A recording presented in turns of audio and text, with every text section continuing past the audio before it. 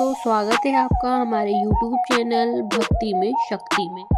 आइए जानते हैं जबलपुर के 64 योगिनी मंदिर के बारे में। यह मंदिर नर्मदा के शांत तट पर भेड़ाघाट की संगमरमर चट्टानों के ऊपर एक प्राचीन पहाड़ी खड़ी है। उसी पहाड़ी की चोटी पर विराजमान है 64 योगिनी मंदिर। समय की धूल से ढका पर आज भी रहस्यों से भरा।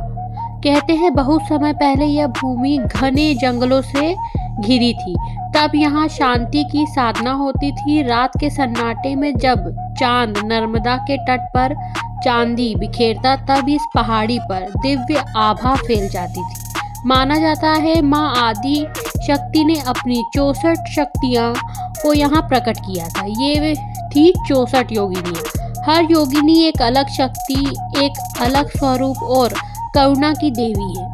कोई युद्ध की, कोई ज्ञान की तो कोई रहस्यमयी तांत्रिक ऊर्जा की प्रतीक है। यह मंदिर गोलाकार रचना का यूं ही नहीं था।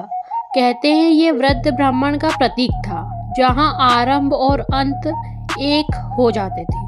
चारों ओर बनी 64 छोटी छोटी कोठियों में योगिनियां की मूर्तियां स्थापित थी। बीच में शिव और शक्ति का स्थान था।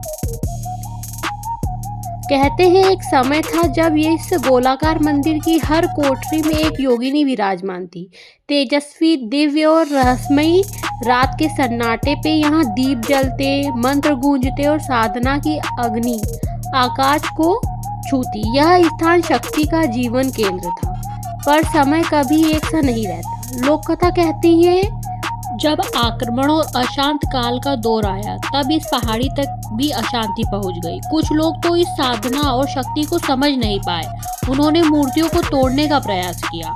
माना जाता है उन्होंने सोचा यदि प्रतिमा खंडित होगी तो शक्ति भी समाप्त हो जाएगी। एक और कथा यह भी कहती है कि स्वयं योगिनियां ही अपनी शक्ति को अदृश्य कर लिया।